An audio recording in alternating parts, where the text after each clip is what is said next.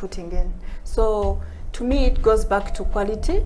You have to make sure you give people quality, both the knowledge part of it and the, you know, the coffee part of it. Yeah, quality. Okay. Before we get into another break, okay, I know that, okay, now we have the plant, we have the name.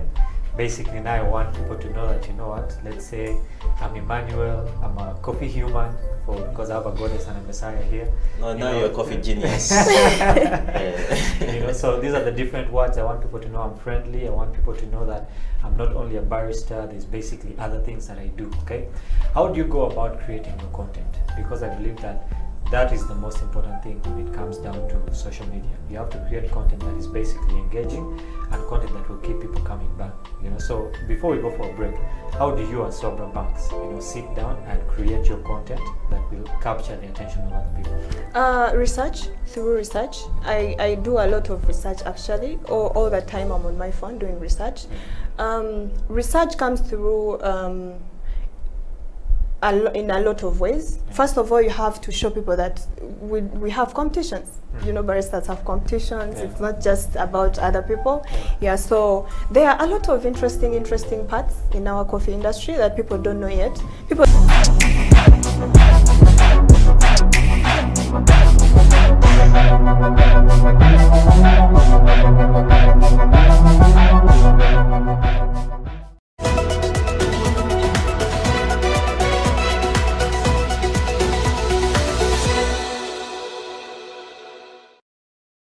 You know, to do the kind of work that like I do, you need to educate yourself.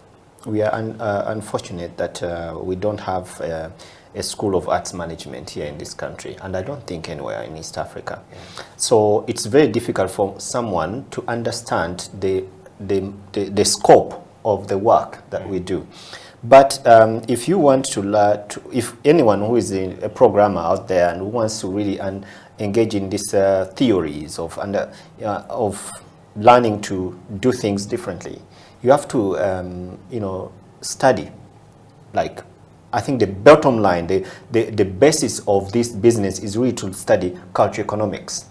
When you study culture economics, you will understand the process of understanding culture. It's a very public, good kind of approach. Yeah. You put yourself there as a sacrifice. The way our president said, he sacrificed his hand and kept this to himself. Yes. You know, so you also have, no, it is serious. If you have to understand that when you learn culture economics, you understand the basics of arts management, the basics of programming. So when you do that, then you understand that when you put yourself into this job, you are sacrificing yourself for the better good of the rest of the industry. And that means that you're going to put your interests aside, and that's what many people don't understand, and put the interests of the industry to be your first priorities. When people ask me, why are you always working? Because I decided to make 99% of my time to work. And I decided not to be an artist because I realized that if I am an artist and I want to be an arts manager, I'll not be able to do the same.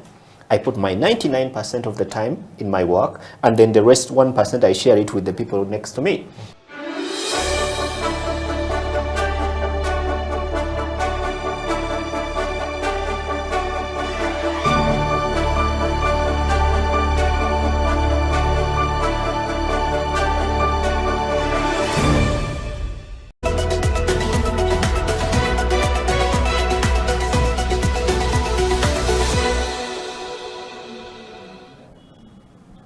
There's always that influence of our parents, okay?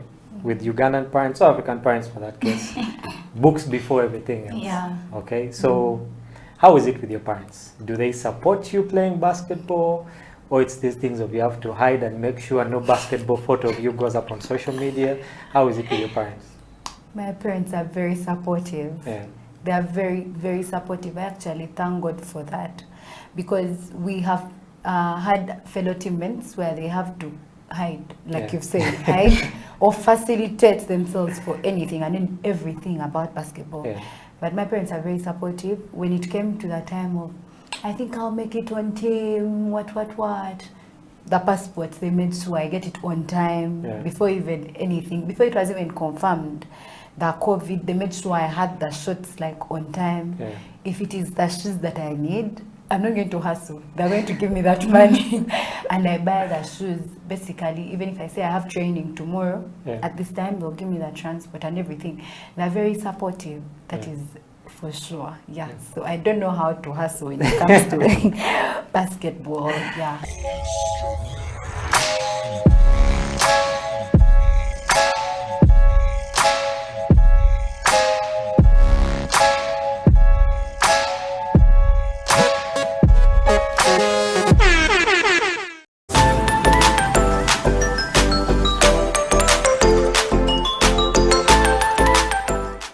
Welcome to this edition of the Coffee Break. This is House of Talent and my name is Atengi Emmanuel. Remember, this is the show that we get to talk all about coffee, what's happening in the coffee business, different elements about coffee. And back in the studio today is someone we all love, someone we've taken a long time without seeing.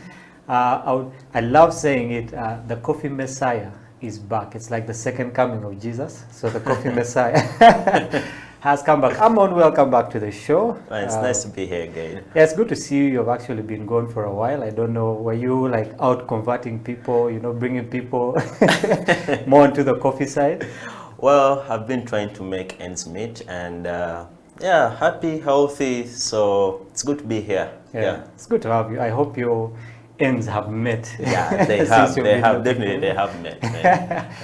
Well, to complement the Coffee Messiah, we have someone else in the studio, the first female guest we ever had on this show. And at the beginning of the show, she told me that since we have a Coffee Messiah, we should have a coffee goddess. All right.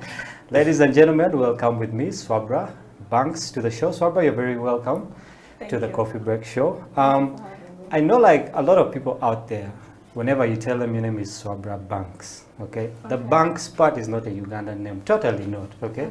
So how did you end up with that name? That's a name that was given to me by a sister of mine, actually, because she used to believe in me and she was like, you're going to get a lot of money. Yeah, so she gave me the name Banks. Yeah. So have you reached that point where you have that a lot of money? Yes, I thank God, yes. All right, so probably after this we're going to the bank with Swabra Banks. Yeah, but that's interesting. Welcome to the show. We just want to start off with basically your profile. Who is Swabra Banks? Who is I'm a Barista? You know, where did you grow up, and how did you end up into the coffee business? Okay, so Swabra Banks is a barista. I grew up in Tebe Road, Ndege, and I went to Mutesa, One University. I was doing mass comm. And then how I ended up into coffee, it was through a friend of mine who is now like a brother to me. He pitched this coffee thing to me. Of course, I didn't have interest in coffee, and I had to go and enroll in the academy. And then as I was doing the coffee course, I fell in love with the coffee. Oh, that's very interesting. So you talked about, you know, in Mutesa One, you actually did a course in mass communication. Yes. So growing up as a child, what did you want to be? You know, people always want to be a lawyer, some want to be a pilot. I had some kids say they wanted to be a taxi conductor because they hold a lot of money. So growing up, what did you think you would be in the future? I wanted to be an actress, actually, because I loved movies ever since I was a young girl. And I think I love the camera from day one. That's why I went to mass comm. So are there any hopes of you getting into the movie industry in Uganda? No, I don't think so. You don't think so? I'm now taken by the coffee industry. Well, that's very interesting. Amon, to hear from you. I also know that, you know, growing up you wanted to be something. You know, what did you want to be when you were a kid growing up? I know there was nothing like a barista in your mind. I don't even think you knew about coffee at that time. So, from my perspective, I think you wanted to grow up and be a model, but you can correct me on that. Why would you choose a model? Well, me from, I want to be a journalist. Okay. I think I realized that in my basics. We had a teacher who was doing journalism at the same time teaching us SST. So this guy was like a lifestyle guy. He used to be a very, very, very inspiring guy. So I liked him from the start. Yeah. So I'm like, okay, I want to be a journalist. So that's how I picked a dream of becoming. And at least I'm trying to achieve that, you know. Because right now, if I'm doing mass comm, at the same time, this we're doing coffees, so I'm still on the track. I'm not like Swabra who's already taken by coffee. Yeah. You know, the most amazing thing is that actually all the three of us here have done mass comm at a certain level. Wow. Okay, and so we have one thing in common. Yes, we have something in common at least. The other thing we have in common is that, you know, we all passionate about coffee, which is a very good thing. So, Swabra, you told us that a friend of yours, who's now like your brother, introduced you to the coffee industry. Yes. Yeah. So, I know that when someone introduces you, there is always a pitch they give you. Yeah. It's like if I want someone, let's say the Coffee Messiah always goes out to convert people and he has to give a pitch of why should I join the coffee business instead of actually starting a boutique, okay? Which one will make more sense? So what were some of those things that he told you about the coffee business that actually pulled you into it? Actually, the most interesting part about it was he also didn't know anything about coffee. he wasn't a barista by then. He just told me, you have to do this course and then come to Dubai and make a lot of money because you know the coffee business, there is money. So I also went into it to study to go and get money. But along the way, of course, I fell in love and I decided to stay in Uganda. All right, so you talked about Dubai. Most of the people we've had on the show have had some experience with the Middle East. We had a guy who worked in Kuwait as a barista. So moving from Uganda to Dubai, did you go and work as a barista, or you went and got involved, you know, into other businesses? I went to Dubai way back. I think that was around it was around 2014, but it wasn't coffee. Yeah, I knew coffee after I came back to Uganda. Yeah, because he was like, now that you're back for your vacation, you should do something different and then come back as someone new. Yes, that's when I went into the coffee industry. Amon, I remember last time we were talking about you not wanting to go out of the country, you know, to become a barista. And I don't know if your mind has changed since then, yeah. But like most of our baristas go to Dubai, they go to UAE, yeah. I really haven't heard of any barista who has gone maybe to America, maybe to Europe. Is it easier as a barista to go from Uganda to the UAE than it is to go maybe to Europe or to America? Well, guys do go in the UK, in the US. Guys do go, but only that these people go in the line of maybe doing hotels, not coffee shops. Because it's because someone is easy to access that side, and whoever goes that side, now there's a lot of connection that side, so people get to know that, okay, Emma went to UAE. But when someone goes maybe to UK, it will be hard for someone to know, because maybe like it's a family or a family friend who gets to know that, you know what, Emma went to UK. But people do go that side, and they make a lot of money. That's very interesting. Still talk about Dubai. I know there are very many differences basically between Dubai and Uganda, okay? And going there, I believe there was that cultural change. So how were you able to deal with the culture change? Because I know that Uganda is more of a freestyle kind of place, and Dubai is really a strict place, especially when it comes to ladies. So how were you able to manage the culture change from Uganda then to Dubai? It was really tough. It was tough for the first months. I think the first 2 months, and then of course the fact that I went to Dubai as you know, like looking for a job and all that. There are also other people who come to Dubai that are not from that country. So that kind of gave me a sense that I'm not alone in this. So of course you have to make friends. You have to learn the language, because learning the language is the most important thing to do.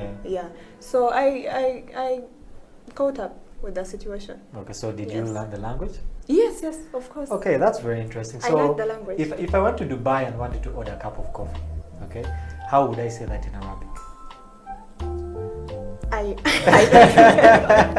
I don't remember. So basically you learned a few things, like maybe greeting, yes. You know? I used to know all of it actually, but it's been a while. I don't remember all of it. Because in most cases, when you learn a language, what you get to know is how you greet and everything's like Yes, to keep yes. you running in case you get lost. It's like those guys who come to Uganda.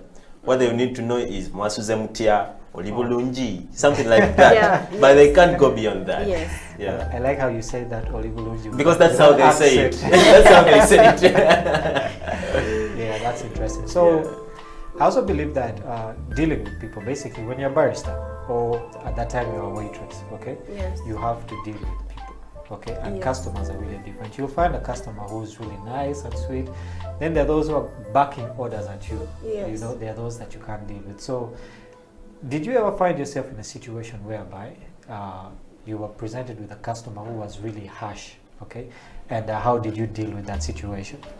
The first thing these people do is to train you, Okay. customer care, how to Yeah. handle clients, because of course they also know how clients behave. Yeah. So you start up with everything like the day when you know what's coming. Okay. Yes, because you're in a country that is not yours. Mm. So every time you could get maybe a harsh client, you could know how to handle. Okay. You just be polite and apologize, and then you get the order and then you move on. Okay, interesting. To Amon, I know that in Uganda there are certain places that I've gone to and there's totally no customer care. You enter a restaurant, you're ordering for something. First of all, I believe that when you go to a restaurant or to a coffee shop, okay, someone is supposed to come and attend to you, all right? But there are some places that in Uganda you go to a hotel, you go to a coffee shop, and you really have to call the waiter or call the waitress to get served, okay? Amon, how has been your experience in Uganda in relation to customer care, especially where you work? Are we up to the mark of good customer care, or we still need a lot of help in that part? Well, to be honest, in Uganda we still have the poorest customer care. Yeah. Because in most cases, these guys who are in customer care or customer service, most of them are either in school and they're just doing the job for the sake of doing the job, but they are professional customer care attendants. Yeah. These guys have studied this. They have gone to like a room and studied this. They have gotten training, so they know how to handle a person. But in Uganda, it's really, really hard to find a very, very good customer care. Yeah. For a case of where I have been in a few places, I haven't had that bad experience with customer care because I've went to a coffee shop and I've received instant care, instant customer service, and it's been a nice experience. So I haven't received that bad service. All right. Yeah. According to me, I think that just like you said, we really haven't reached the mark. Yeah. We still need a lot of help when it comes to the customer care industry. And I believe that most of the time, you know, you just get a job and there's really not much training put into it. You just start working and you don't know how to deal with people. I believe that the most important part when it comes to such a service industry is not even the coffee you're brewing or it's not the food that you're giving. It's basically how you treat the customers. Okay, that's what keeps them coming back. Okay. So Abra, before we go for a break, basically how we got to you was that you were blowing up on social media. Okay. A little bird told us that there's a certain barista that is now blowing up on social media. Okay, and it really caught our attention. We're like, oh, okay, you know, baristas are actually getting out there. You know, the coffee business is starting to grow. Yeah. So before we go for break, I just want you to tell the viewers out there, okay, who are you on social media? What is your name on social media? Are you Swabra Banks? Are you someone else on social media? Because sometimes people have aliases, you know. I'm one on Facebook, I'm one person, then on Instagram I'm another person. So before we go into a break, just tell the people who you are on social media. On social media, I am a barista. Okay. Yes. That's both on all your social all media my platforms? social media platforms, yes. Okay. Yeah, please. That is Twitter, Facebook, and Instagram. Okay. We're going to get into a break right now. In the studio, we have Amon Mukisa, the Coffee Messiah, and we also have Swabra Banks, the Coffee Goddess, and me, the Coffee Human, Ateng Emmanuel. We'll take a break right now, and when we get back, we're going to talk more about how you can brand yourself in the coffee business. Stay right there. This is House of Talent Television. Welcome back to House of Talent. This is the Coffee Break Show where we get to talk everything about coffee. And in the studio with me, I have Amon, the Coffee Messiah, and Swabra Banks, the Coffee Goddess. And basically, we've been talking about her life. Where did she start from, and how did she end up in the coffee business? We also had Amon telling us about his experience and what he wanted to be, when he grew up. He said he wanted to be, a journalist, okay, which I believe that you're studying, okay. You got me wrong. I thought you wanted to be a model, but here we are. Why did you think I wanted to be a model? Maybe you look like one. Yes. I mean, when someone looks at him, you can see the well-kept beard, the well-kept hair, the nice shirt. I think it's something that you really need to look into. Maybe I should. Yes, you should. Okay. At least we'll say we know someone famous. Yeah, but like I said before, we went into a break. We're just getting into basically branding in the coffee business. Okay. Before I saw your profile on Instagram, I really hadn't seen any other barista who would put themselves out there. It's like being a barista is only what you do when you're at your coffee shop or when you're at your place of employment. Okay, it's not like how you have all these social media influencers, always putting out their videos, tweeting on Instagram. I really haven't had anything from a barista. Okay, and it's good to have someone with experience. Okay, we just want to know, how do I start? If I was a layman, I've gone to barista school, I'm a barista, where would I start when it comes to branding myself as a barista? I think the first thing you have to do is get the passion. Okay. Yes, because you can do everything, but as long as you don't have the passion for it, you're not going to make people love it. Okay. So at the end of the day, you have to fall in love with it first, and then do some research. Don't be in the comfort zone. You have to do some research, know more about the industry, be down to earth. You don't have to show off and all that. And have content. You should have content. Always have content. People love to see what is unique about the industry. What is she doing other people are not doing? How come she's doing this and other people are not doing it? Let me follow her. Let me try to do as she's also doing. So at the end of the day, you make people love what you're doing. If you also love what you're doing. Yeah, so basically the first thing you're saying is have a plan. Yes. Okay? Sit down with yourself and say, what, this is what I want to achieve. Yes. Okay, these are the steps to it. All right, so I have a plan. This is what I want to do. Okay, but I'm not yet out there on social media. One of the first things when you're basically picking a name, when you're picking social media platforms or what you're going to be on social media, is picking a name. Yes. Okay? The name, I believe, has to stand out. Yes. And the name has to be catchable, something that will stay. Yes. All right, so you use I am a barista. Okay, how did you come up with this name? I believe that there were countless other names you'd have just used for Banks. I believe that in itself is a very good name. So how did you end up with I am a barista? I'm one person who is very proud about being a barista. So the name just came up because I'm proud of being a barista. And, people used to call me Banks. And I wanted to stop that, to stop people to call me Banks. And maybe start calling me barista. So I wanted to send a message out there that I am a barista. Yes, I'm not a barista. Interesting. All right, Amon, when it comes to branding, what would be the first step in your regard, in your perspective? Well, when it comes to branding, I think it's the cause and the value you stand for. Because branding involves personalization or personality, then it involves this other side we're putting out. Because I try to ask myself, why are we not having baristas taken as ambassadors of certain things? For example, we're having different artists come out and they're ambassadors of tourism, and yet coffee is a very, very key major factor in maybe tourism. Why don't we have these baristas come out and they're like, you know what, Swabra Banks is the ambassador of tourism in terms of coffee, she's going to influence coffee growing in a park or in Gulu. So why don't we have that? I think, like as Swabra is saying, you need to know why you're doing something, and you need to come out of the cage and start doing that. Because if we have various baristas have traits of branding themselves, for example, if I am a barista and I know, okay, I want to go beyond being the station, I want to be out there, I want to show that I'm a proud barista and I can do whatever it takes to be that good person who can be approached and they give me business and I want to influence for a certain cause, So that would be a good thing. So like Sobra is saying, I just want to know how she came out with the name I am a barista, because it's really working. Because yes, Thank you. someone asks you, who are you? I'm a barista. So how did you come out with that? As I've said before, I'm proud to be a barista, and I am a barista. It's not special. It's just that I wanted to send a message to people that I'm a barista now, and I'm proud to be one. That's how I came up with the name, just like that. I am a barista.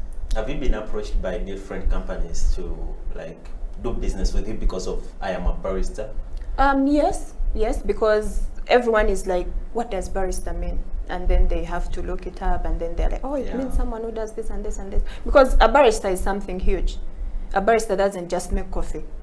No, we make a lot of things. You know that we make juice, we make ice things, and all that. Yeah, so being a barista is something that really makes people want to know who a barista is, not just Swabra Banks, because someone will be like, oh, Swabra Banks and I see coffee, or maybe she's in the coffee business. Now, Emma, you see, like, she's speaking about being a barista. Most of us didn't know that a barista does coffee, does juices, does cocktails, various beverages. Yeah. So at least if we brand ourselves as baristas, we get to put our image out there, and we'll get some business coming through. I remember someone telling me that the first time he heard the word barista, he thought it was a lawyer. A lawyer.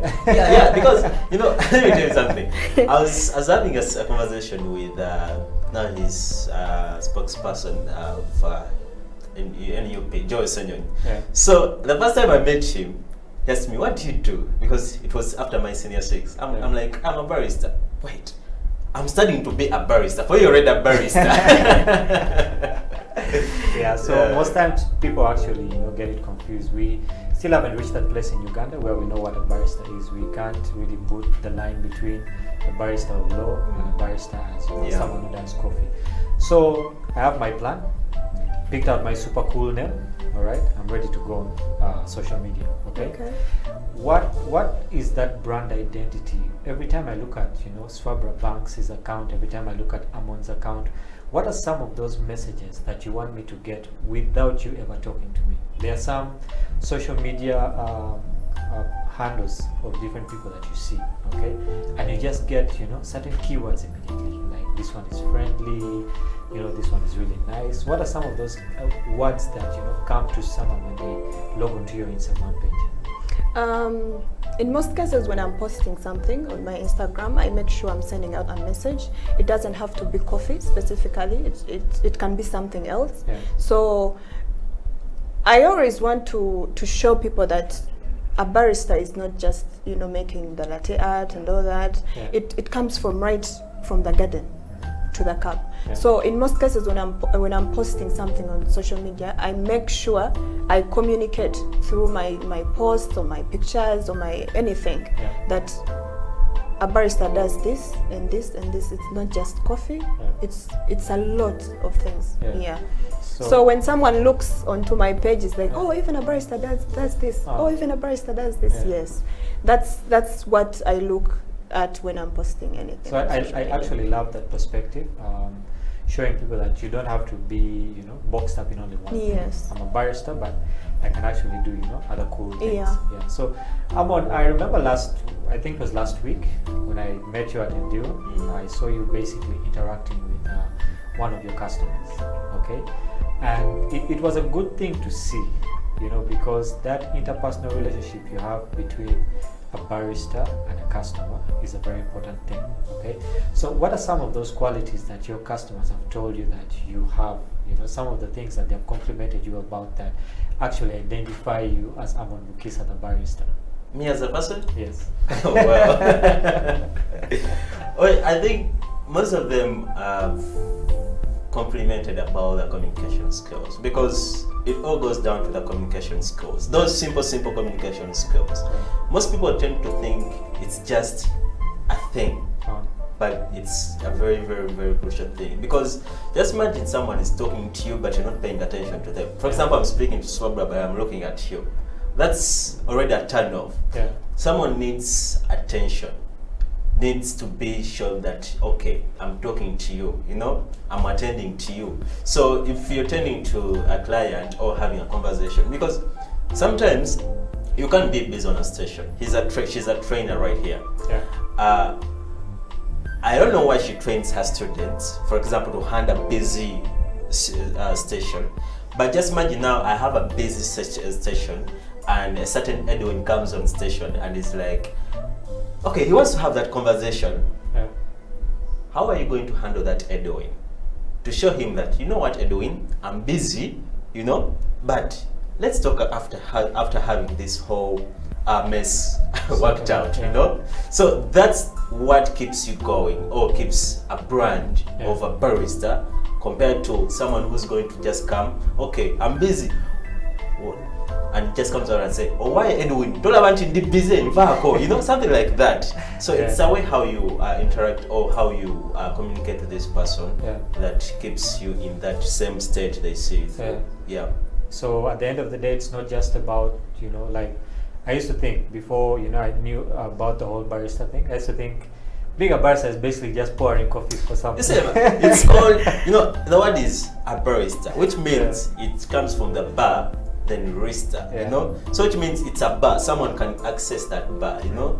So if someone accesses that bar, you don't have a right to chase them away. That's because it's a bar. So you have to go basically above and beyond what you do. It's not just about giving them the coffee. You have to create some sort of relationship. It actually means a bartender who is a star. That's what it means. Maybe Emma, I just want to know from Swabra, what are you using as your brand to add value on the coffee industry? Is it just Swabra, oh, I am a barista, just for the sake of social media? But how are you using I am Swabra as a brand to add value on the coffee industry, and how are you doing that? First of all, I'm doing that through my trainings. I make sure I give the real content, the genuine content, and then quality. A lot of people are in the business, but they don't, you know, give quality out there. They prefer getting a lot of money without even putting in. So to me, it goes back to quality.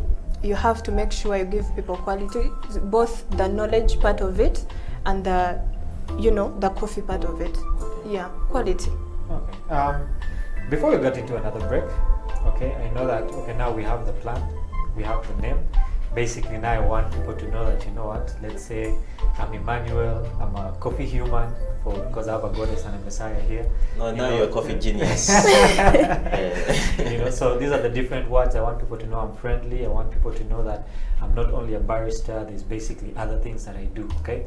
How do you go about creating your content? Because I believe that that is the most important thing when it comes down to social media. You have to create content that is basically engaging and content that will keep people coming back. You know, so before we go for a break, how do you as Swabra Banks, you know, sit down and create your content that will capture the attention of other people? Research. Through research. I do a lot of research actually. All the time I'm on my phone doing research. Research comes through in a lot of ways. First of all, you have to show people that we have competitions. You know, baristas have competitions. It's not just about other people. So there are a lot of interesting parts in our coffee industry that people don't know yet. People don't even know you have competitions here in Uganda. Yet I was actually about to say we should start one, but now we do. Yes, we do. I actually tried to compete. I think that was 2020, but the COVID thing came up and everything was stopped. So you have to do a lot of research and make people, first of all, love the industry. You have to know what people like. Not just putting things on social media and all that. No, you have to know what's trending, what should I post, how should I put it out there, and you have to follow a lot of baristas to know what's going on. So you just don't come out there and, you know, throw something on social media without a plan. Yes. Okay, we're going to take a break right now, and we'll still be talking to Swabra. We also want to know how Amon comes up with his content, because I know he's not only a barista, there's a lot of other things you actually do. So I want to know how he comes up with his content, and we'll also be brewing coffee. Everyone who comes on the show has to brew for us a good cup of coffee. So we're basically rating up to now who has given us the best cup of coffee. We'll be doing that after the break. This is the Coffee Break on House of Talent Television.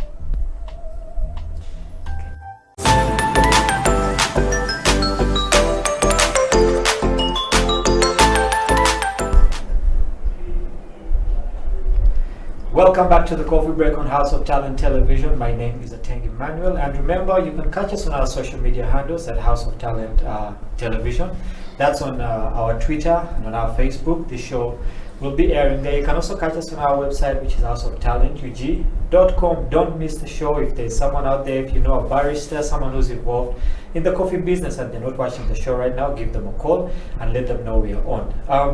Before we went into the break, we're basically talking to the Coffee Goddess and the Coffee Messiah about how they come up with content. And Swabra told us, she sits down and she has to do research on how to, get very good content and put it out there. Content that is basically engaging and content that will keep people glued to, your social media. Amon, I know that you're not only a barista, you're also a YouTuber. Okay, so how do you go about getting content for your YouTube channel?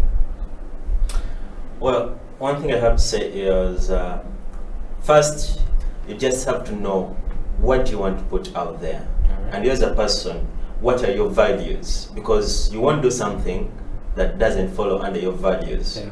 And what's the cause? I just doing content just for the case of doing content. That's why when you start doing such type of content, you end up losing it. But when you have that cause, you're like, okay, my cause is vegetation or growing trees. What am I going to do to make sure that we have a larger number of villagers? Okay, that might sound rude. A larger number of people in villages, grow more trees, you know? So you start planning that. So that's how you come up with your content. Okay. Yeah. That's interesting. So I've come up with content, I'm out there now, and I know that there are certain people, influencers, musicians, different people on social media who are not easily accessible.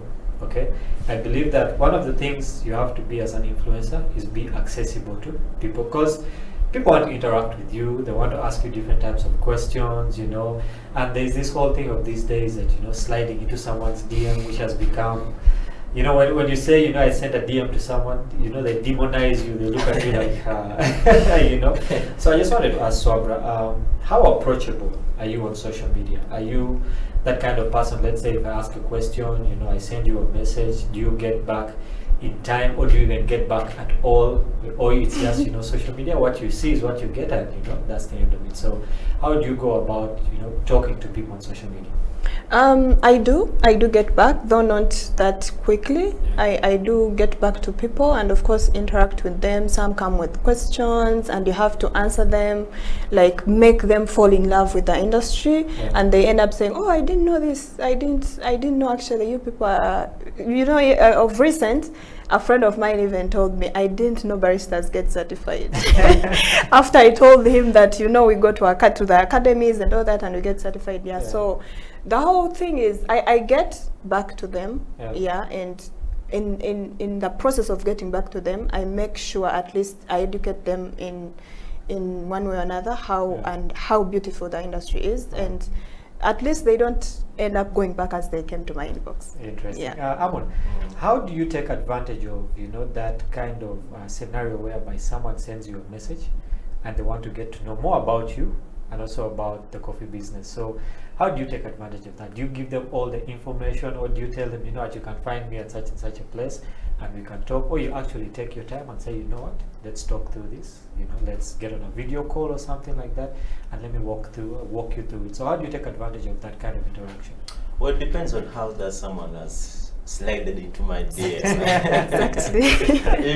if this person has come with an agenda of, no, just brief information, and I'm at liberty to give out that information, because there might be someone coming in your DM and they want that secret information. The whole course. The whole course. Definitely you won't do that. But course. If it's just giveable information and it's brief, you can give it to them. But also when it needs sitting down, talk about it in nits and gritties, then you have to set up an appointment and then do that. And by the way, that's how you get your brand out there. Because just imagine Emma came into my DM and you asking me something, but the way I respond to you, I show you that, okay, I'm available, but not so much available. Exactly. So if you want me, please make an appointment with me and we shall meet. Then this person will get to know that, okay, this is a high brand that I'm dealing with, I have to pay respect to them. Okay. Yeah. So basically, you just advertise yourself there. You bait them into Yes. Yes. You bait them into coming. Yeah, that's very interesting. So the final question I want to ask on branding is this. Okay, I've become a big brand. I'm out there. People know about me. Okay. How do you keep up there? Because I believe it's easier to rise to the top, but keeping in that spot is a really hard thing to do. So to the both of you, how do I keep up there once I've gotten my brand to that level? First of all, you have to be friendly, because people like friendly people. You have to be friendly, and you have to be consistent. You don't have to give the same content all the time. You have to keep changing, beautifying, the industry, and all that. So you have to actually make people love coffee. That's what I actually do on my social media handles, and I end up getting students. I want to be like you. You've inspired me. Actually, people come to me and they're like, what inspired me into coffee is your love for coffee. I've got a lot of them. So you have to give really good content and to be consistent, and friendly actually. And friendly. Yes. To Amon, the same thing. How do you keep up there? Well, I think it's just staying on course. Because what you used to take you to that top level, it's what you will use to stay on that top level. Because when you lose what you intended to do, then it means this audience will go away from you. They'll be like, okay, Emma no longer does what we subscribed him to do for us. Then why don't we go to someone who needs to do something we subscribe to? So you lose that content. Hence you're falling. Okay, interesting. So basically, for those who are watching, if you're a barista, you're involved in the coffee business, even if you're a farmer, I believe that there's a way you can actually brand yourself as a coffee farmer and be I don't think I've heard of anyone. So for a coffee farmer out there, this is a secret tip. This is the right time to brand yourself on social media as a coffee farmer. You don't know how many deals you can actually come up with. Well, we've reached to that point of the show where we get to brew a cup of coffee. We have had very many people here, and we're talking with Amon and saying we need to do a show where we just rate the cups of coffee that we have taken here, and that put a lot of pressure on Swabra, basically, because now she has to make a really good cup of coffee. All right, so Swabra, I know that people watching from home are seeing us with all these, things, and they're wondering, okay, what do they have on the show today? Okay, so we just want to start from the basics. What do we have on our set here, and what kind of coffee are we going to make? So basically, you're just going to run us through it, and I'm going to try and do this with you. Okay, that's hopefully I won't make any mistakes. That's a good thing, because in most cases we teach our people outside there who are viewing to brew this. But today it's hands-on with you also. As they're learning, you're also learning. It's good that I'm the coffee human here, so I can make a mistake. You guys can't make a mistake. So Swabra, over to you. Just take us through, what we have on set and how we're going to do this. This is an AeroPress. It's a manual or craft brewing equipment. It is portable. You can carry it anywhere you go. So it is categorized it is under black coffee. Or brewed coffee. So you're going to brew coffee. All right. Yes. Okay, so we have our coffee here. We also have a cup with, different white things inside. They kind of look like, the small pieces of bread we use in the cafe. So just tell us, what do we have here? Why is it white? Can't we get another color like pink or something like that? These are filter papers, actually. We use them to filter our coffee. The reason being, everything is manual, so we need a filter inside there. So this is our filter paper. This is our coffee. This is the AeroPress. This is where the filter paper actually goes. And then our weighing scale right there. It's amazing that every barista who comes has to weigh their coffee. You need these things. You don't just have to. There's always that average of water to coffee. Yes. You have to really exactly. Okay, so we have our AeroPress here. We have our filters. And we're just waiting for our water to get ready so we can go with this. We also have this. This looks like a small ping pong. This is a spoon. Instrument, This is a spoon. This one we use it to stir our coffee. It's the barista word is actually bloom. bloom. Bloom, not steer, Okay. because So this everyone is knows how what you- steer means. So you bloom, you don't Yeah, steer. we bloom our coffee. So we steer tea. Yes, Bloom but we bloom coffee. coffee. Yeah. All right. So as we go on, for those who are home, it's actually easy to make a cup of coffee. Most people think that you have to have some serious kind of equipment to brew a very good cup of coffee. And I know, Amon, there are people who have asked you, you know, how can I buy this instrument? How can I get this? And I guess you always tell them, you know what, it's easy to make a cup of coffee. You know, you can get a French press or you can get an AeroPress and actually, you know, make this cup of coffee, right? So where do we go next? We have everything set up. I have mine here. I still have no idea where I'm going with this, but let's see how that goes. So what is the capacity of this? Is there a specific capacity, and are there different spoons with different capacities? or basically by Not one? really, actually, because that's why we need the weighing scale. Okay. Yeah. I think the main purpose is making you smart and Okay. you work smart Yeah. to scoop, not just pouring the Yeah, whole yeah, thing. true. Yeah. Okay. Yeah. Right. So here we are. So you can use any spoon, actually. It's not specific. Not It's a supposed to specific- be. Yeah, but this one that looks cool. I mean, Yeah, it of looks course. more professional. Yeah, it's professional. It's the barista spoon, actually. Yeah. Yeah. All right, so as we wait for our water to boil so we can brew this coffee, there are very few ladies that are basically involved in the coffee business, okay? It's not something that you hear ladies saying, I'm a barista, okay? It's more of a male-dominated kind of industry. Yeah. So coming from your perspective, okay, how can we get more ladies into the coffee business? They don't have to only be a barista, they don't have to be a cupper. You can even go down into growing coffee, you know. How do we make it nice? How do we make it cool? How do we make it interesting for ladies to, you know, get into the coffee business?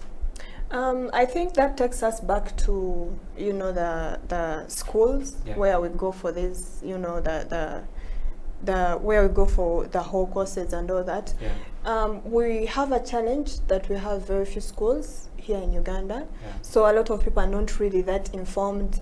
And of course, ladies, I don't know why they are not confident Yeah. about this industry. Everyone says coffee is for men, but no, it's not. Oh. So I think they are not informed. I think it all goes back to being informed Yeah. about the industry, which actually we are trying to do. Me Yeah. personally, I'm trying to do that, Yeah. yes. So we have to also show them that there are very good things in the industry. You can Yeah. achieve a lot in the industry. Yeah. Like I talked about the competitions earlier. Yeah, we Yeah. go for competitions, Yeah. for these competitions and all that. People think we are just in this industry to make money, but we are in it to win, to win. Yes, so they have to be confident Yeah. and informed, I think. Okay, so Yeah. Amon, to you, how do we get more women involved? You know, as we get ready to basically brew a cup of coffee and come to the end of the show, how do we get more women involved in the coffee business? I think it's just a matter of demystifying the myths that are around coffee with women. Yeah. You know, there are a lot of myths that come along with that coffee dries up women, coffee makes you lose sleep. You know, I think we just need to demystify that, and we shall have more women come on board. Yeah. Okay. Yeah. Interesting. So if you're a lady out there, don't be scared to be involved in the coffee business. It's like being a chef. We have very many men who are chefs. You'd think women would actually be the chefs in these big places, but they're men. Okay, so I want to see a point whereby we actually have more female baristas than the males. Okay, so let's get into brewing our coffee right now. I think our water is ready. Yeah. As we're coming towards the end of the show, but before we get there, let's show you guys how to brew a good cup of coffee by the coffee goddess. Thank you. Okay, so I'm going to start by preheating my filter paper. Yeah. I do this because I don't want my coffee to have that pepper smell in Alright. it. So I have to first preheat my Okay. filter paper. And then I have my weighing scale here. I need my coffee. So I'm going to be using a ratio of 13 grams of coffee Yeah. with 200 mLs of water. Yeah.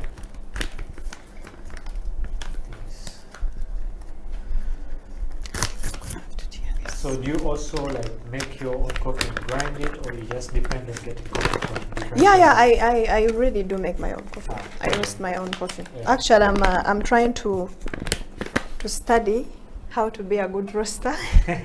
I do that at home sometimes. Okay. Yeah.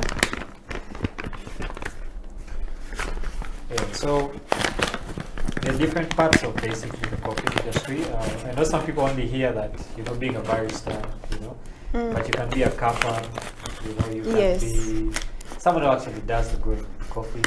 But I believe that there are also other parts of the coffee business that have not looked into. Okay. For example, like Amon, you said, you can be an influencer.